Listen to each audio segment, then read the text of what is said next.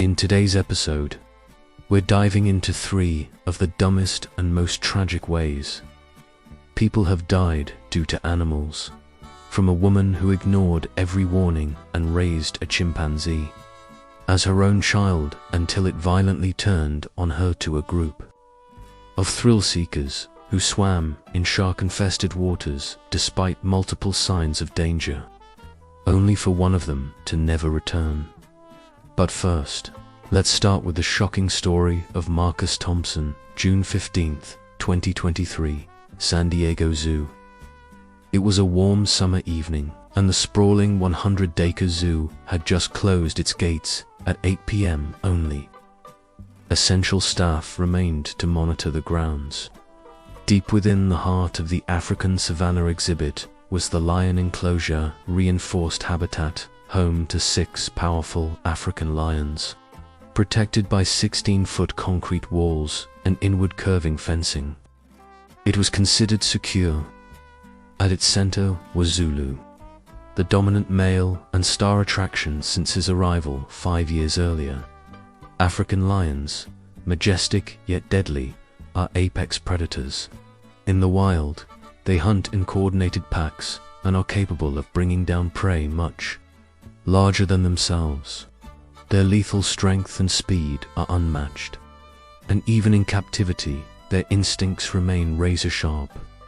Zoo barriers aren't for decoration, they are the very line between life and death. Unfortunately, Marcus and his friends didn't see it that way. That evening, while the zoo was settling into its quiet nighttime rhythm, Zulu and his pride rested atop elevated rocks. They remained still, save for the occasional ear twitch in response to nearby rustling. But something different stirred the pride that night, and familiar voices, laughter, the clumsy sound of footsteps. Marcus Thompson wasn't a criminal, he was a dreamer. A junior at San Diego State University, Marcus was majoring in marine biology. Holding an impressive 3.8 GPA, he worked part-time at the local aquarium and loved teaching children about marine ecosystems.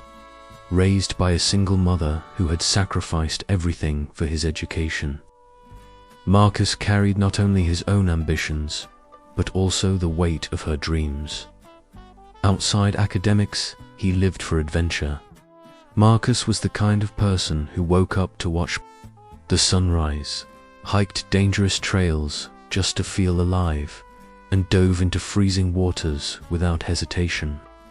His friends admired his fearless spirit, but they also knew it sometimes overpowered his judgment. Professors called him brilliant and promising, but easily swayed by peer pressure, and that flaw, his inability to say no in the wrong moment, would prove to be fatal. The night of June 15th was supposed to be just another carefree evening. Marcus and his friends Jake, Tyler, Chris, and David had gathered outside, drinks in hand, soaking in the warm summer air. They were all close in age, longtime friends who had shared countless nights like this.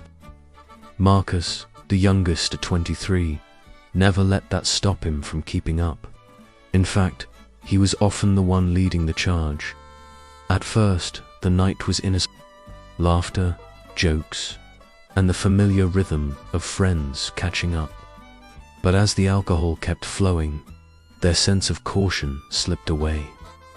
What began as harmless fun slowly morphed into a series of reckless dares, each one more dangerous than the last. The group goaded each other on, fueled by liquid courage and bravado. They sprinted across empty streets, climbed rooftops, and balanced on ledges, testing limits that no one would have dared sober. For Marcus, this was the kind of thrill he lived for. Pushing boundaries wasn't just exciting, it was a way of proving something to himself and to the people around him. And on that night, he wasn't about to back down. Then came the idea, one that should have never left Marcus's lips. Why not sneak into the zoo? Even better, why not get a photo inside the lion enclosure? It was absurd. It was idiotic. It should have been laughed off and shut down immediately. But in their drunken state, the ridiculousness of it made it even more tempting. It wasn't about reason anymore. It was about who had the guts to do something outrageous. A challenge like that was irresistible. Security footage would later show them stumbling toward the zoo's perimeter fence, their phone flashlights flickering in the dark like fireflies. Marcus, buzzing on tequila and adrenaline, was the first to voice what none of them had seriously considered before. "Let's get a picture with the lions." His friends would later insist they tried to stop him. But the truth is, they were just as intoxicated, just as swept up in the night's reckless momentum. No one had the clarity or courage to be the voice of reason. An improperly secured maintenance gate left unlocked during an earlier shift change was their way in. Meanwhile, elsewhere in the zoo, security staff had been diverted by a routine motion sensor alert near the elephant exhibit. The boys slipped inside undetected, their whispers echoing through the dark, empty pathways. When they reached the lion habitat, the pride was sprawled across the rocks, their golden coats glowing softly under dim zoo lights. Everything was still. Nearby, a maintenance golf cart had been carelessly abandoned, an oversight that would later be identified as a serious breach in protocol. But for Marcus, it was just another opportunity. To Marcus, it was an opportunity, an outrageous, adrenaline-fueled moment that he believed would become legend among his friends, despite a few of them protesting, one likely being the only one sober enough to realize just how insane it was. Marcus climbed onto the maintenance cart. With a clumsy heave, he used it to hoist himself onto the outer wall of the lion enclosure. Jake called out to him, panic creeping into his voice. "Dude, this is beyond stupid. Get down." But Marcus only laughed, brushing him off with a careless wave. Chris, caught up in the chaos, pushed Marcus playfully and called him a coward if he backed out now. The toxic mix of alcohol, group pressure, and a thirst for thrill overwhelmed any last shred of reason. Marcus felt invincible. He wasn't thinking about danger only, about the rush, the attention, the story. He wasn't chasing fear, he was chasing glory. Then it happened.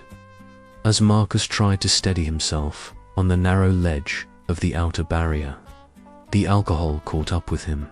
His reflexes were dull, his balance unsteady. He wobbled, flailed arms reaching for something, anything, but there was nothing. With a sickening shift in weight, Marcus's foot slipped. He lost his balance entirely and tumbled forward, crashing over the edge. The fall knocked the air from his lungs. He landed hard, face first straight into a pile of fresh lion dung. The sharp, acrid stench invaded his senses, adding a layer of humiliation to what was already a catastrophic mistake. Above him, his friends stood frozen in disbelief, their laughter replaced with horror. But Marcus wasn't alone for long. Zulu had noticed. The massive lion stirred slowly at first, his muscles coiling beneath his golden coat. His ears twitched, nostrils flared, and his unblinking eyes locked on the intruder. Marcus, groaning and swearing as he tried to stand, flailed, his arms in frustration. That movement sealed his fate. Zulu launched forward in a burst of terrifying power. In a blur, he closed the distance and struck his paw, thick as a dinner plate, slammed into Marcus's back, claws tearing through fabric and flesh. Marcus barely had time to scream. Zulu's jaws clamped down on his shoulder, crushing bone and muscle with horrifying ease. Then, with the precision of a natural killer, the lion adjusted his grip to the throat. One swift bite, arteries severed, It was over in seconds. Jake and Tyler turned and ran, screaming. Chris stood paralyzed at the edge of the viewing area. David fumbled for his phone, hands shaking uncontrollably as he dialed 911. His voice cracked with panic as he tried to explain what had happened. "He's in the lion cage, he fell in. The lions, oh God, he's not moving." Zoo security responded within minutes. Armed with tranquilizer guns and live rifles, they sprinted to the sign butt by the time they arrived. But it was already too late. By the time zoo security reached the lion enclosure, Marcus was gone. The rescue effort, though immediate, was both desperate and ultimately futile. Several tranquilizer darts were fired at Zulu, but the lion, still surging with adrenaline, remained locked on his prey. When the tranquilizers finally took effect, Marcus had already been dead for several minutes. It took a coordinated team of 8 people to retrieve his body from the enclosure. The aftermath sent shockwaves through the community. News of the incident dominated both local and national headlines. Outrage spread quickly, sparking heated debates.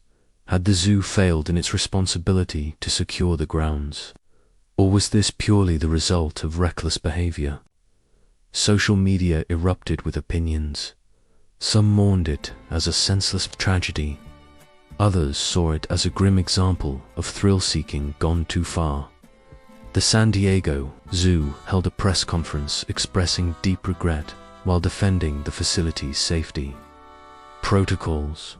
But public scrutiny intensified as investigators uncovered multiple lapses in unlocked gate, unattended equipment, and staffing oversights. Animal rights groups entered the conversation as well, some blaming captivity for unnatural animal behavior, others warning against the dangers of human interference with wildlife. The psychological toll on Marcus's friends was devastating. None of them could forget what they'd witnessed: the raw brutality of the attack, the paralyzing horror, and the unbearable truth that there was nothing they could do. Though an investigation found no proof that the group had planned the break-in, the fraternity they belonged to was suspended for a year. It was a sobering reminder that poor choices, even made in the haze of alcohol, can have irreversible consequences. But, as shocking as Marcus's story is, it's not the most disturbing one in this video. Up next, a woman who chose to raise a chimpanzee as her own child. You can probably guess how that ended.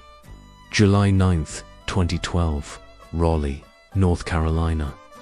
It was an oppressively hot summer evening. The sky glowed orange with the last traces of daylight, and the air was thick with the hum of cicadas.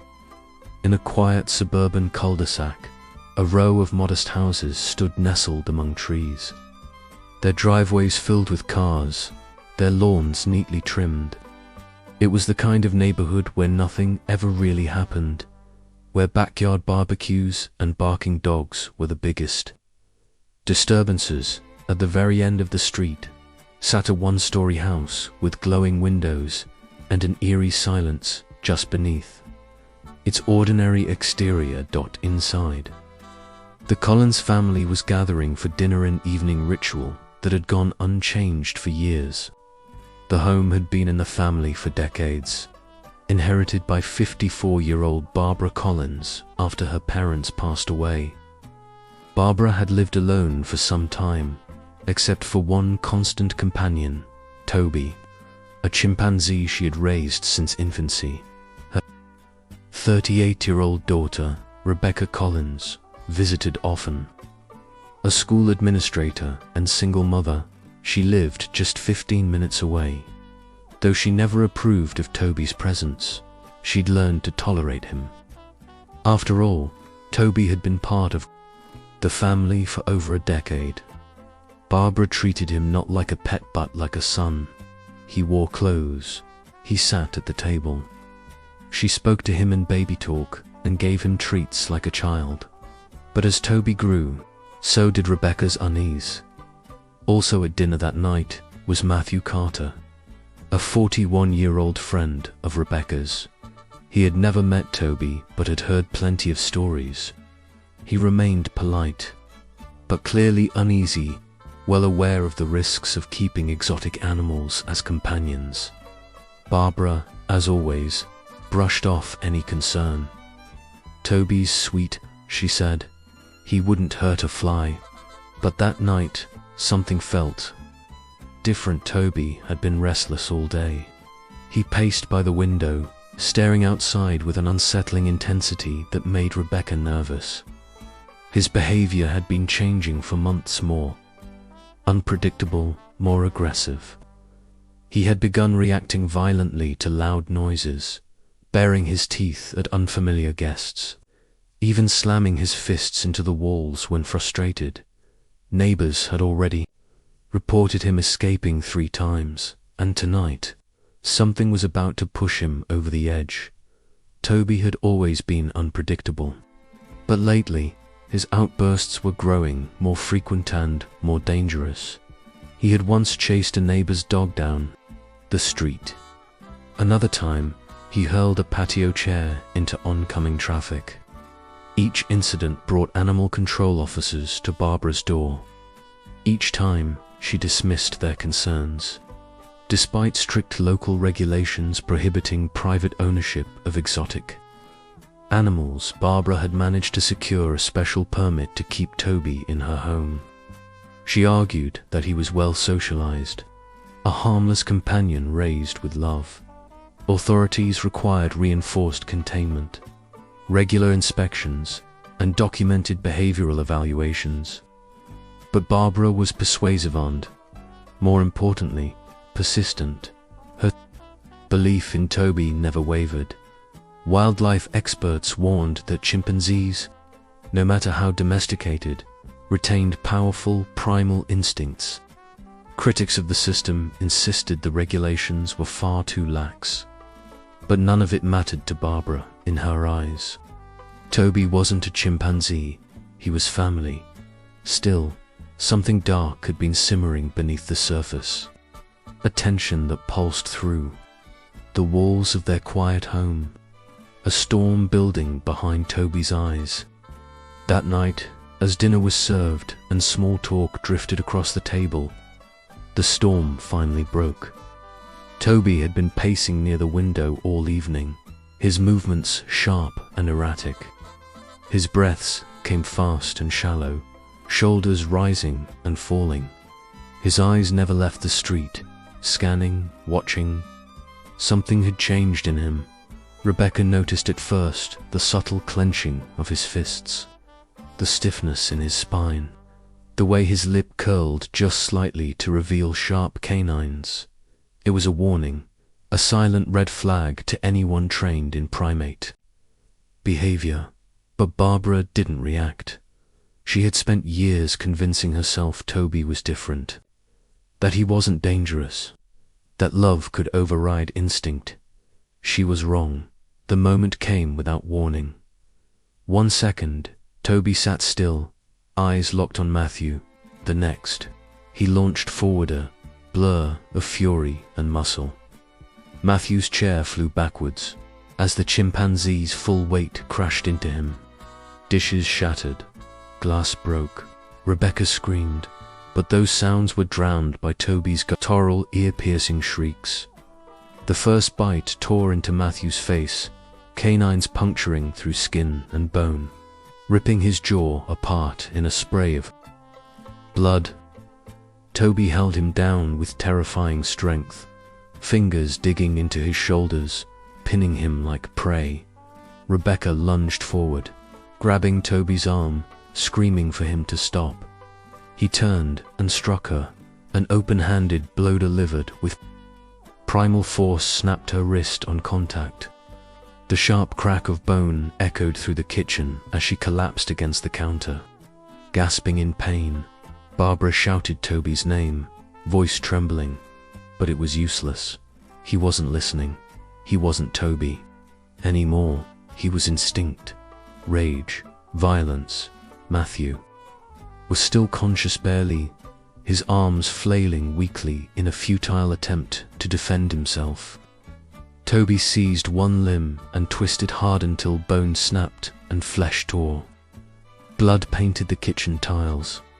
The chimp bit again, tearing a chunk of skin from Matthew's shoulder, shaking it violently like a dog with a rag doll. Rebecca, her vision swimming, staggered toward the back door. She hurled herself into it, smashing the glass. Searing pain cut into her feet, but she didn't stop. She flung the door open and sprinted barefoot into the night. She pounded on her neighbor's door, blood trailing behind her, screaming for help, for police, for anyone to come. Inside, the horror was still unfolding. Matthew's movements had slowed to a crawl. Toby was still attacking, his teeth tearing into exposed flesh, his hands grasping and rending anything he could reach. His furious shrieks had deepened into something slower, guttural. His breath came in sharp, rapid bursts. His chest rose and fell violently with exertion. The damage was done. The room was painted in blood. Police arrived within minutes of Rebecca's desperate 911 call. As they pulled into the driveway, the house stood eerily quiet. The front door hung slightly ajar. No cries, no signs of movement, only silence, heavy and unnatural. Guns drawn, officers moved cautiously through the front hall. Then they reached the kitchen. There, hunched over Matthew's lifeless body, was Toby, mouth and hands soaked red, breath rasping as he looked up. His eyes locked onto the intruders. He moved. The first shot hit him square in the chest. He barely flinched. The second made him stumble. It took the third to bring him down, his body twitching as it struck the floor. Then, falling still, paramedics rushed in. But it was too late for Matthew. His body was unrecognizable. Rebecca, barely conscious, was rushed to the hospital with multiple fractures and deep lacerations to her arm. Barbara hadn't moved. She sat in the corner, untouched, staring at Toby's body, her face blank, her hands still, her mind shattered in the days that followed. Investigators uncovered years of ignored warnings, reports from wildlife specialists, citations for improper housing, and recommendations to relocate Toby to a sanctuary. All ignored, all preventable. Chimpanzees, especially males, raised in isolation, are known to become dangerously aggressive with age. Their strength in close quarters is overwhelming. Their bites can destroy bone in seconds. The lawsuits came swiftly. Matthew's family filed a wrongful death claim. Friends and relatives condemned Barbara's stubbornness, calling her choices reckless, selfish, and ultimately deadly. She had treated Toby like a child. But a chimpanzee is not a child, and love is not enough to overwrite nature. The tragedy forced North Carolina lawmakers to reconsider their policies on exotic animal ownership, leading to stricter legislation on primate possession in private homes. But for Matthew, for Rebecca, and for those who witnessed the horror, was too late. The story sparked a firestorm online. Commenters flooded social media with outrage, all echoing the same sentiment. A chimpanzee is not a pet. But outrage wasn't confined to Barbara's story, because just a few months later, that same furious debate would erupt again. This time, it wasn't about primates. It was about sharks. July 17th, 2019, Gulf Coast, Florida. The sun was blistering. The air, thick with salt and humidity. Heat shimmered off the pale white sand. Waves lapped the shore in a calm, steady rhythm. It was a perfect summer day except for one thing. The beach was empty. No towels, no umbrellas, no laughter or footprints. Only a long line of bright warning signs staked in the dunes. Their red letters, bold and urgent. Beach closed, shark, SIG, HDHD. The signs flapped in the wind, ignored by the only figures in sight, a group of 5 local teens, standing just beyond the barrier. They had grown up here, surfing, fishing, swimming. The ocean was part of their blood. They had heard the warnings. They had read the headlines about 2 recent bull shark attacks nearby. But for them, the Gulf was home. It wasn't dangerous. It was familiar. And on this sweltering July afternoon, with adrenaline high and youthful, confidence pushing them forward, they ignored the signs. Leading the charge was 19-year-old Daniel Reed. Daniel had always been fearless. A natural in the water, the son of a fishing charter captain. He had grown up freediving, surfing, dodging stingrays, and swimming alongside sharks. He didn't just feel safe in the ocean, he felt invincible. He stripped off his shirt, grinned back at the others, and stepped into the surf. The warm water lapped at his ankles, then his knees. He turned, arms wide, laughing. Come on, what's the worst that could happen? That was all it took. One by one, the others followed. The ocean welcomed them calm and glassy, the first sandbar barely reaching their waists. They splashed, joked, floated on their backs, the shore shrinking behind them. They didn't see the shadow moving beneath them for the past several days.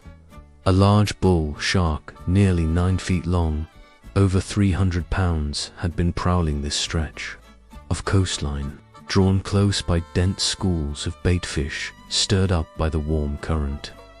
The predator had been lurking just beyond the sandbar, and now it was closing in. It was the ultimate predator, powerful, territorial, and ruthlessly aggressive. Unlike great whites, which often bite and retreat, bull sharks attack with relentless force. Once they strike, they commit. No hesitation, no second chances.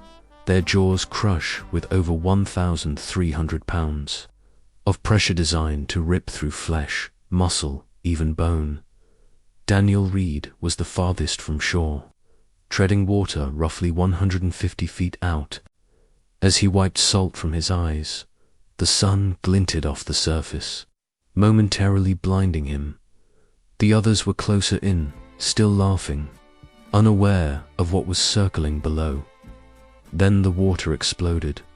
A massive force struck Daniel from beneath, lifting him clear out of the surf before yanking him under. For a second, the sea fell eerily still till a cloud of deep red blossomed across the surface. Then a scream.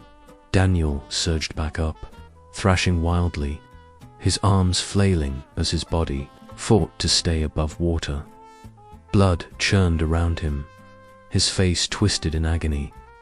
The shark had clamped down on his right thigh, teeth like serrated, blades shredded muscle, severed arteries, nearly splitting the limb. In 2. Daniel kicked instinctively, but the bull shark didn't let go. It thrashed violently, sending fresh waves of blood boiling to the surface. Daniel's body jerked with each shake. He screamed again, but only once. The next pull dragged him. Under. His friends froze, paralyzed by shock. One stepped forward, instinct screaming to help, but another grabbed him, holding him back. Then the surface broke again. Daniel emerged, but now the shark had risen higher, its massive jaws now latched just beneath his ribs. He clawed at the air. His mouth opened, but no sound escaped. The bite crushed bone and tore into his torso. Another rush of blood spilled across the waves. Then the panic hit. The others turned, swimming as fast as their limbs would carry them, the terror propelling. them through the water. On the shore, a couple walking the dunes had seen the teens enter the water. They'd hesitated, uneasy. When they heard the scream, they ran. The man fumbled for his phone, dialing 911 with trembling hands. His voice shook as he tried to explain what he was seeing. His wife stood frozen, one hand pressed to her mouth, eyes locked on the chaos unfolding in the surf, out at sea. Daniel's movements had slowed. The shark was still there, unyielding.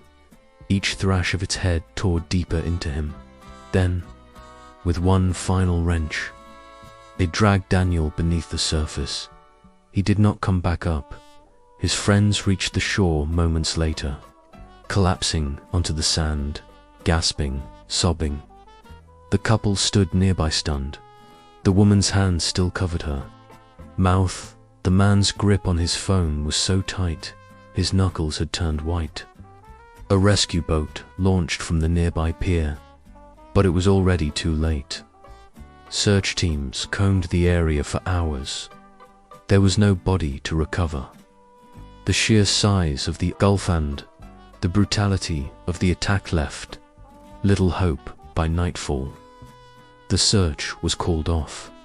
Authorities reinforced beach closures, posting additional warning signs and ramping up patrols.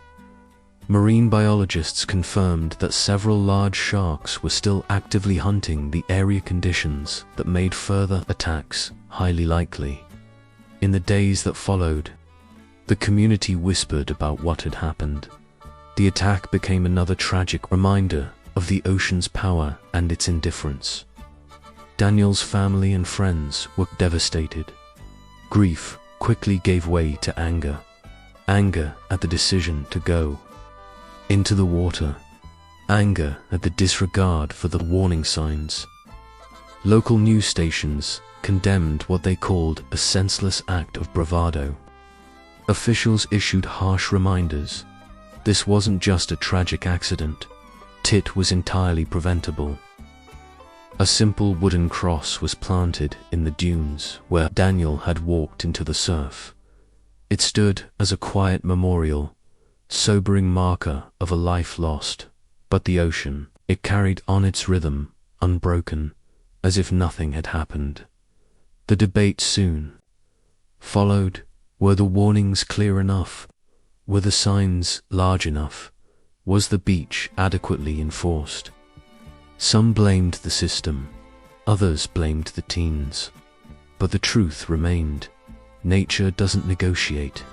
When you ignore its warnings, you risk everything. Thanks for watching. If you can't get enough of these jaw-dropping encounters between humans and the wild, don't miss our next video, Eaten Alive. 3 terrifying safari stories that ended in tragedy.